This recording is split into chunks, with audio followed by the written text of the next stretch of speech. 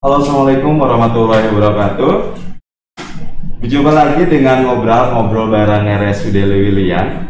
Masih bersama saya Amir, dan kali ini dalam rangka Hari Kesehatan Telinga dan Pendengaran Dunia, kita akan ngobrol bareng dengan salah seorang pakar kesehatan di bidang THT. Dan salah satunya yaitu Dr. Margiati Suwito, MK spesialis THT KL, di mana beliau adalah salah seorang dokter spesialis THT yang berpraktek di RSUD Lewiliang. Dan mungkin kita akan sapa dulu, dokter. Halo dok, apa kabar? Alhamdulillah. Alhamdulillah ya dok ya, selalu sehat ya dok ya. Sehat, semangat. Selalu sehat, semangat ya dok. Oke dok, untuk lebih dekat lagi nih dengan sahabat-sahabat RSUD Lewiliang, mungkin dokter bisa memperkenalkan diri dulu dok, karena mungkin ada beberapa sahabat RSUD Lewiliang yang belum kenal dokter nih dok. Oke, silakan dok. Baik, assalamualaikum warahmatullahi wabarakatuh. Saya Dr. Margi, SPTHT, biasa dipanggil Dr. Agi.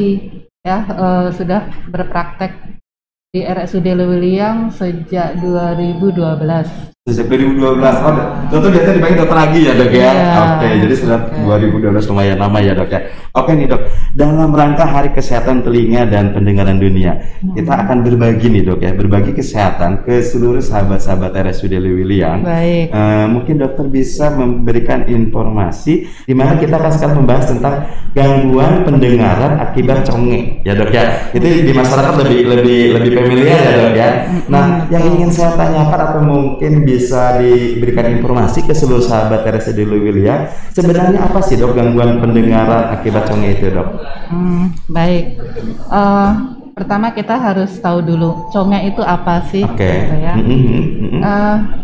Jadi conge itu memang bahasa awam, bahasa di masyarakat conge. Nah, itu sebenarnya adalah infeksi di telinga tengah. Oh gitu. Ya dok. Nah, apa itu infeksi di telinga tengah? Nah, itu adalah peradangan dari selaput lendir telinga tengah akibat terpapar mikroorganisme patogen. Patogen itu yang menyebabkan sakit ya. Bisa bakteri, virus ataupun parasit lainnya. Nah, ini bisa dibagi menjadi dua. Ada yang akut dan ada yang kronis. Gitu. Ya. Kalau yang akut itu sakitnya kurang dari 2 minggu. Kalau kronis itu lebih dari 2 minggu. Nah, bagaimana bisa terjadi conge ya atau infeksi telinga tengah ini? Diketahui ya bahwa telinga tengah itu berhubungan dengan dunia luar melalui hidung. Nah, terjadi proses ventilasi yang menjaga telinga tengah ini tekanannya positif. Namun bila terjadi sumbatan ya, biasanya akibat dari batuk pilek, maka tekanan telinga tengah akan menjadi negatif. Jadi terjadi penumpukan cairan di dalam telinga tengah. Nah, ini lama-lama bisa mengakibatkan gendang telinganya pecah. Bisa sampai terjadi seperti itu ya dok ya, kalau memang ya, seperti itu. Kemudian itu apa sih namanya tentang conge ya dok ya. Kemudian pasti masyarakat ataupun sahabat-sahabat RSUD Lewiliang bertanya-tanya nih dok, gimana sih untuk mengetahui adanya infeksi tersebut gitu kan ya dok ya, yang bisa diketahui oleh sahabat-sahabat RSUD Lewiliang di rumah ya dok ya. Kemudian gejala-gejalanya gimana sih dok? Nah itu dok pasti akan jadi pertanyaan tuh dok, kayak gitu dok. Baik, jadi gejala-gejalanya itu bisa kita lihat ya. Biasanya ada demam. Demam, kemudian nyeri di telinga, telinganya berdenging, ya, bahkan bisa terjadi gangguan pendengaran. Nah itu kalau kita periksa, itu gendang telinganya dia bengkak, bahkan bisa pecah, jadi mengeluarkan cairan seperti itu. Oke dok ya, itu berarti biasa gejala yang ditimbulkan ya dok ya. Nah kemudian itu dok, dari dokter itu sudah menjelaskan tentang conge itu apa, kemudian gejalanya itu seperti apa. Nah sebenarnya yang beresiko, faktor resiko ya dok ya, nah yang kena itu gitu dok ya, apakah anak-anak aja, dewasa juga, atau dewasa saja juga bisa kena, atau bayi, gimana tuh dok? Ya, Jadi ada beberapa faktor risiko ya. Yang pertama memang lebih beresiko anak yang kurang dari 11 tahun. Oke, anak yang kurang 11 tahun ya. Kemudian juga adanya kelainan pada celah bibir ya, atau bibir subing atau celah mulut. Nah, itu. Kemudian juga pada mereka yang menderita alergi atau infeksi saluran napas atas. Kemudian juga pada nah jangan salah nih Om Amir ya, paparan asap rokok. Nah, sebenarnya itu paling umum ya dok ya di masyarakat ya dok ya. Selain itu ada sebab-sebab lain juga, misalnya obesitas juga. Bisa juga ya dok bisa, ya. Kemudian ada reflux asam lambung juga bisa. Itu faktor resikonya. Oke sahabat-sahabat RSUD, ternyata ini sangat menarik sekali. Ternyata yang beresiko itu banyak sekali, dan mungkin nanti sahabat RSUD Lewiliang yang ingin bertanya tentang kesehatan telinga bisa nanti silakan tulis di kolom komentar. Ini dok, saya sangat tertarik sekali dengan tadi salah satunya adalah anak kurang dari umur 11 tahun nih dok ya. Nah, kenapa sih dok anak yang kurang dari 11 tahun itu lebih berisiko gitu ya dok ya? Kemudian dari dokter selama berpraktek di RSUD Lewiliang yang paling banyak itu menyerang usia berapa tuh dok? Ya, itu kurang dari 11 tahun anak-anak. Kenapa? Mereka lebih beresiko karena tadi saya jelaskan di awal bahwa telinga tengah itu berhubungan dengan dunia luar melalui hidung. Ada saluran di situ, saluran tuba. Nah, kalau pada dewasa itu normalnya ya agak turun, tapi kalau pada anak-anak itu masih mendatar. Nah, jadi gampang terpapar oleh bakteri. Lebih mudah ya dok ya, lebih mudah terpapar. Oke dok. Oke dok, jadi berarti dokter tadi sudah menjelaskan gejala, kemudian siapa saja yang beresiko untuk terkena tersebut, kemudian ini dok, cara mengatasi nih dok. Cara mengatasinya ya, jadi kalau sudah terkena congek ya, atau bahasa kedokterannya adalah otitis media. Otitis media, itu harus diobati ya. Pengobatannya bisa dengan pemberian obat minum ya, itu kita berikan antibiotik ataupun obat-obat simptomatis lainnya tergantung gejala. Kemudian juga dengan obat tetes telinga. Nah, ini kalau bisa lebih lanjut ya, bisa juga dengan pembedahan. Oh gitu dok. Nah sekarang gini dok, untuk sahabat-sahabat RSUD Liang nih dok ya, mungkin kan pasti bertanya, dok apakah setiap terjadi kita congek gitu ya dok ya, harus ke dokter spesialis THT gitu kan ya dok ya, atau memang apa sih dok yang bisa dilakukan sementara di rumah dulu gitu kan dok ya, apakah boleh dibersihin dulu kayak gitu dok, gimana tuh dok? Nah ini juga perlu diperhatikan. Nah, itu dok. Ya. Kalau kita anak-anak kita misalnya atau kita sendiri berair telinganya, harus cepat memeriksakan diri ke dokter. Tidak boleh dikorek-korek sendiri karena itu berbahaya. Nanti bisa iritasi, bisa tambah infeksi ya.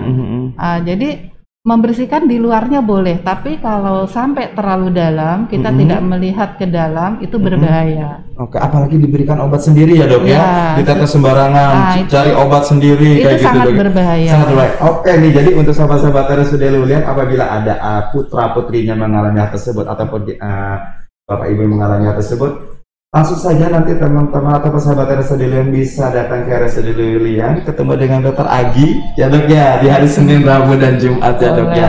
Oke dok, ini apa sih namanya, pasti yang akan ditanyakan lagi oleh sahabat-sahabat RSUD Lewiliang, apabila sudah terjadi misalnya dok ya congek, kemudian tidak diobati, nah apa sih dok nanti akibatnya atau efeknya dok? Nah ini komplikasinya. Komplikasi ya dok ya. Yang pertama bisa terjadi gangguan pendengaran. Gitu. Ya karena gendang telinganya pecah. Apa bisa terjadi pecah ya dok ya? Pecah itu otomatis akan terjadi gangguan pendengaran. Padahal pendengaran kita ini sangat penting ya untuk masa depan kita dan anak-anak. Betul, Dok. Yang kedua, bisa terjadi gangguan keseimbangan karena di telinga itu juga ada saraf-saraf keseimbangan. Gitu ya, Dok. Gangguan keseimbangan itu bagaimana? Pusing, seperti vertigo, klieng-klieng gitu. Nah, ketiga, komplikasinya lain apa? Bisa terkena saraf wajah, jadi miring wajahnya. Nah, ini juga sangat bahaya ya. Komplikasi lainnya yang lebih berbahaya itu bisa ke otak.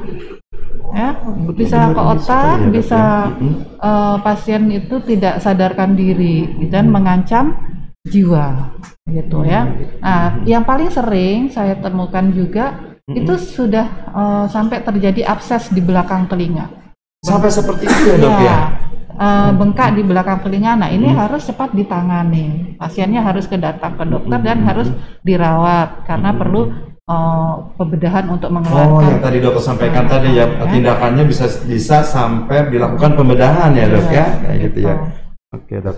Kemudian nih, Dok, itu kan beberapa komplikasi yang tadi dokter sampaikan. Bisa nggak sih, Dok, terjadi lagi hal-hal conge tadi, misalkan anak tersebut sudah sembuh, kemudian kena lagi kayak gitu, Dok? Bisa ya. Kalau anak tersebut sudah kena, kemudian diobati sudah sembuh, kita harus mengontrol faktor resiko ya. Yang paling penting ya, Dok ya, nantinya ya, Dok ya. Pertama, tidak boleh terkena air ya.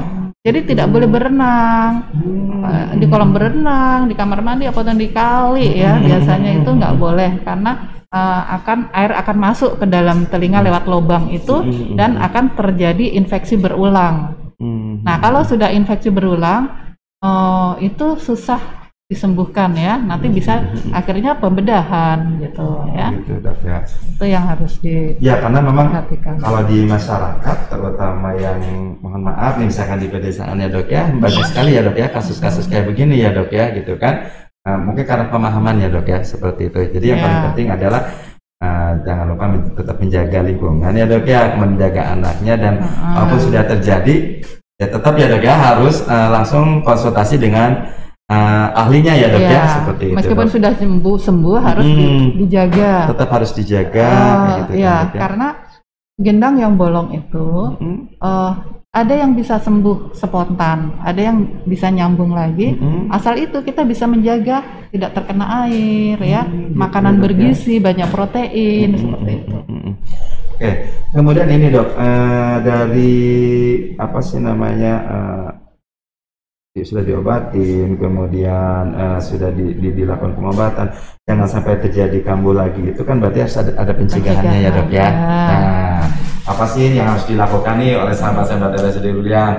Jangan sampai putra putrinya terkena ataupun bapak ibunya terkena gitu, Dok. Oh iya, pencegahannya beberapa yang bisa kita lakukan adalah pemberian ASI eksklusif pada anak usia. Penting ya, Dok ya, ternyata ASI eksklusif. Kenapa Dok harus diberikan ASI eksklusif, Dok? Ini kan imun ya, imunnya lebih kuat dan ingat posisi dalam memberikan ASI juga harus diperhatikan ya. Jadi harus agak lebih tinggi. Lebih tinggi ya, Dok ya. Kepalanya tidak boleh gitu ya. Terus lebih tinggi. Kemudian yang kedua adalah berobat bila terserang infeksi saluran pernapasan atas ya. Cepat ya, Dok, cepat ya? berobat ya, batuk pilek gitu sudah cepat berobat. Kemudian juga pencegahan lainnya bisa dengan vaksinasi ya. Dengan memberikan vaksinasi, salah satunya vaksinasi apa, Dok? Vaksinasi influenza ya, ataupun gitu, untuk vaksin untuk saluran nafas lainnya ya gitu. Kemudian juga berhenti merokok untuk terutama untuk orang tuanya ya, Dok ya. Oke, Dok. Dok, sebenarnya saya tadi tertarik juga nih, Dok, salah satu yang beresiko itu, kita balik lagi, Dok, salah satu yang beresiko itu adalah bayi yang diberikan supor ya, Dok ya, Ya dok ya, kalau tidak salah ya dok ya. Kemudian yang dikasih empeng gitu Nah, dok. betul Karena juga. gini dok, kalau di masyarakat nih dok ya, biar anaknya biar anteng cina ya dok ya, dikasih empeng. Kenapa sih dok itu dia berisiko juga terkena conge ini dok? Iya, karena itu tadi yang pertama, anak itu kita tahu tadi sudah saya jelaskan dia saluran tubanya ya, saluran ventilasinya itu masih datar ya. Kemudian empeng itu belum tentu bersih ya. Nah, gitu ya. Jadi itu tidak dianjurkan. Udah dosa ya. Oke, jadi untuk sama-sama RSUD Lewiliang ya, jadi ternyata yang diberikan empeng itu beresiko gitu kan, beresiko untuk terkena conge ya dok ya, seperti itu dok ya. Kemudian nih dok, apabila nih udah terlanjur nih anak saya dikasih support gitu ya dok ya, gitu kan. Nah jangan sampai terjadi conge gitu ya dok, karena kan salah satu resiko ya dok ya, gitu kan. Nah gimana tuh dok mengantisipasinya gitu loh dok? Ya kalau memang terjadi sesuatu misalnya ibunya tidak bisa ya, memang harus dikasih support ya, itu tadi mungkin posisi pemberiannya harus hati-hati. Yang paling penting ya dok ya, selain posisi pemberian, kemudian cara penyajiannya ya dok ya, kebersihannya kayak gitu ya. Oke, sahabat-sahabat RSUD Lewiliang yang ingin ditanyakan lebih lanjut tentang conge, silakan tulis komentar di IG, silakan kami tunggu. Baik dok, sambil kita nunggu pertanyaan-pertanyaan dari sahabat-sahabat RSUD Lewiliang, ini ada beberapa pertanyaan yang masuk walaupun tidak apa sih namanya, tidak ada hubungan dengan conge, nggak apa-apa ya dok ya. Karena kan mungkin kalau sama-sama tadi bilang tentang telinga pasti sangat pengen nanya, biarin deh, tidak berhubungan dengan conge juga gitu dok.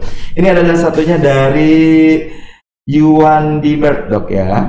Pertanyaannya adalah dok, bedanya kotoran kuping yang menggumpal kering dengan yang basah kuning itu gimana dok? Cina gitu kan. Mungkin gini, mungkin di saat dibersihin gitu dok ya, yang pakai parut kuping ternyata ya dok ya, pakai cotton body itu ya dok ya, ada yang kuning basah, ada yang suka kering kayak gitu dok. Nah, itu gimana tuh dok?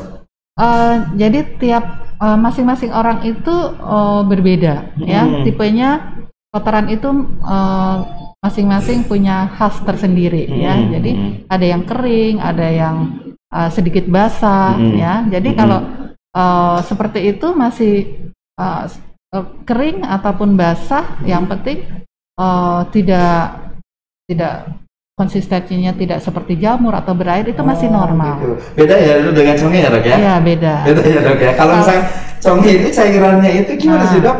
Kalau biar sahabat RSUD Lewiliang tahu juga gitu. Conge itu cairannya seperti lendir ya, seperti ingus, seperti ingus kayak ya, gitu ya. Nah itu mula-mula tidak berbau ingus bening gitu, tapi kalau tidak diobati lama-kelamaan akan menjadi kehijauan, terus berbau. Nah itu yang sudah berbahaya. Seperti nanah ya dok ya? Ya begitu.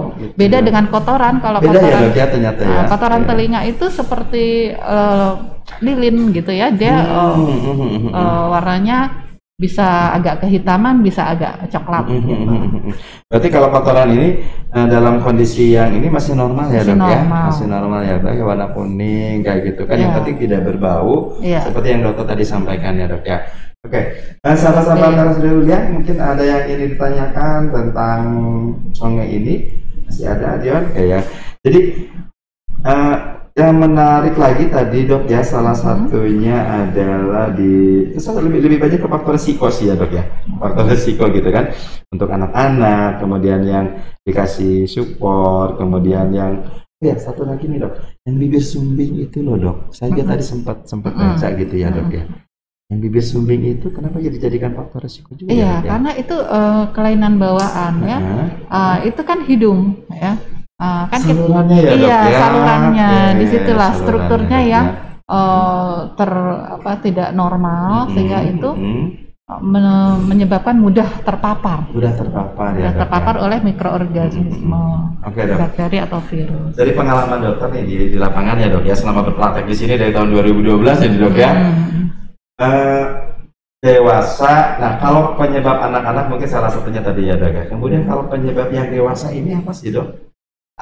Kalau dewasa itu biasanya jarang ya. Nah, yang terjadi akut itu ada juga beberapa, tapi jarang. Biasanya itu memang karena menyelam ya, Gitu. batuk pilek akut tidak diobati. Kemudian biasanya ini apa? Sedang batuk pilek naik pesawat. Nah, itu juga jadi Menarik sekali nih dok, saya baru tahu nih dok. Lagi batuk pilek, kemudian naik pesawat. ya. Kenapa sih dok bisa seperti itu dok? Ya itu tadi kan salurannya lagi tersumbat gitu ya. Itu kalau kita naik pesawat kan tekanannya tekanannya terganggu. Akhirnya kita akan nyeri karena itu ada proses penumpukan cairan. Itu kalau tidak cepat ditangani juga bisa gendang telinganya bisa pecah. Itu ya, jadi sahabat-sahabat RSUD Lewiliang, ternyata setelah kita dapat penjelasan dari Dokter Margi, wah lumayan banyak juga nih dok ya tentang conge ini. Jadi nggak bisa dianggap enteng ya dok ya. Bisa sampai terjadi apalagi tadi gangguan pendengaran sampai tidak bisa mendengar, kemudian harus dilakukan pembedahan dan sebagainya seperti itu dok. Biasanya kalau yang pada dewasa itu juga karena bawaan dari kecil yang tidak tuntas pengobatannya. Bisa ya dok ya? Jadi akhirnya sampai besar. Jadi berarti kalau misalkan ada sahabat-sahabat Lewiliang yang putra-putrinya mengalami conge, tapi ya dok ya harus diobatin sampai tuntas. Dan kalau memang membutuhkan penanganan ataupun konsultasi dengan ahlinya, ada di hari Senin, Rabu, dan Jumat ketemu dengan Dokter Agi ya gitu kan ya dok ya. Oke dok, kemudian dok kita berbicara dengan pengalaman dulu dok ya selama dokter dari tahun 2012 sampai sekarang berarti sekitar 10 tahun 9 tahun ya dok ya. Apa sih dok pengalaman yang menarik untuk menangani kasus ini dok? Yang menarik ini biasanya pada terutama masalah pengobatan ya dok ya, kayak gitu kan? Kasus anak kecil itu sudah diterapi ya, sudah sembuh, akhirnya sudah oke, tidak perlu kontrol gitu ya. Tapi kenapa akhirnya nanti dia datang lagi? Berarti ternyata perawatan setelahnya ya dok datang ya? lagi, kenapa? Ternyata itu berenang gitu. Berenang kenapa biasanya itu seorang ibu tidak bisa melihat rengekan anaknya untuk ikut berenang ya, akhirnya ya daripada nangis ya udah gitu. Daripada nangis rewel ya udah disuruh ini aja ya dok ya, kayak gitu kan. Itu salah satunya juga ya dok ya. Yang menarik. Terus juga ada yang datang sudah dalam keadaan bengkak, abses di belakang telinga. Itu tidak hanya anak kecil tapi dewasa juga ada pernah ditemukan seperti itu. Akhirnya ya harus dilakukan pembedahan. Oke. Kemudian ini dok masih ada nih. Oh ini nih. Ini ada sebenarnya tadi udah dibahas sih dok ya sama dokter gitu kan. Ini ada dari Meade Hendaya. Selamat pagi dokter. Untuk conge apakah bisa diobati? Sebenarnya tadi udah dijawab sama dokter, tapi nggak apa-apa dok. Mungkin dokter bisa diberikan penjelasan lagi biar lebih paham gitu dok. Silakan dok. Ya, conge bisa diobati. Bisa diobati, bisa dicegah. Jadi jangan ya itu harus kita jangan ragu untuk mengkonsultasikan penyakit yang kita derita ke dokter supaya itu tertangani dengan baik. Oke, baik. Oke, untuk Meade Hindaya, seperti yang tadi dijelaskan oleh Dr. Agi, conge bisa diobati dan memang kalau membutuhkan konsultasi silakan datang ke RSUD Lewiliang di hari Senin, Rabu, dan Jumat ketemu dengan Dr. Agi. Oke nih dok, selama pandemi, selama pandemi udah 1 tahun ya dok ya. Nah, untuk sahabat-sahabat RSUD Lewiliang, ada gak sih pesan khusus nih dari dokter selama pandemi ini untuk kesehatan telinga? Silakan dok. Jadi ingat conge itu menyebabkan gangguan pendengaran. Tapi bisa diobati dan bisa dicegah. Pandemi bukan kendala kita untuk memeriksakan kesehatan kita ke dokter. Ya. Jangan ragu untuk konsultasikan penyakit yang kita derita ke dokter, karena kita harus menyayangi pendengaran kita. Oke, bagus sekali saja sahabat-sahabat RSUD Lewiliang.